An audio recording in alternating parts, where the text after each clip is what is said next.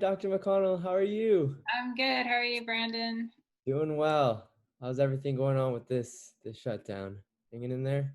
Yes. Yeah. I was doing okay with the shutdown, and then the smoke Oh, hit, and that yeah, that was a test. it's really testing us these past couple months, right? Yeah. Yeah, so we're really excited. Welcome onto the Com Central podcast, Dr. McConnell. We're like Thank really you. I was honored that you guys would take the time to organize this. definitely. I think first things first, we would love to have some sort of background on your story, how everything has come to fruition for you.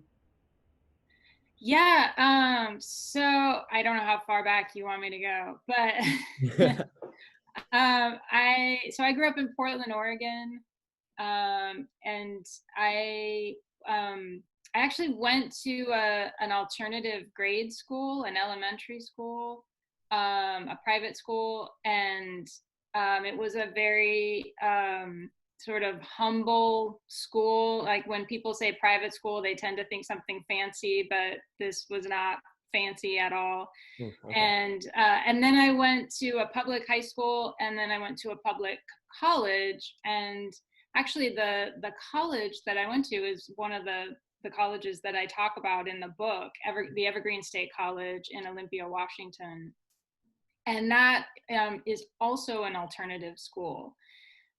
So I don't know if you know anything about Evergreen, if you've heard of it before. It's so you don't have any requirements at all. Oh wow. And when you sign up for a class, you typically sign up for an entire year. Oh Like wow. the whole, so you just sign up for one class and it goes for the entire year. So you have a team of professors, like maybe two or three professors that you work with all year, Mhm. and then you are taking the same class with the same group of students. So one year, for instance, I took an art history class that went for an entire year, and there were two professors and 70 students in the class. So the 70 students, we got pretty close That- over the year. And then you also get pretty close with your professors. So they have these unusual classes, and then there are no grades. So you get an evaluation of your work from your professor, and then you have to write an evaluation. So your transcripts are very unusual. They're like pages and pages of these evaluations, and it's a little weird to look back and read your self-evaluation from freshman year and that kind of thing. But yeah, so I had these experiences with alternative schools in my background, and I think it made me very interested in what was possible for education. How could we come, how might we do it differently?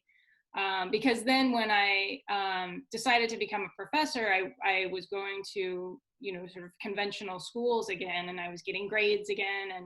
And then when I became a professor, I was teaching in, sort of regular classes and giving grades in my classes. And so, but I always had this, interest in alternative education, and that definitely inspired this project.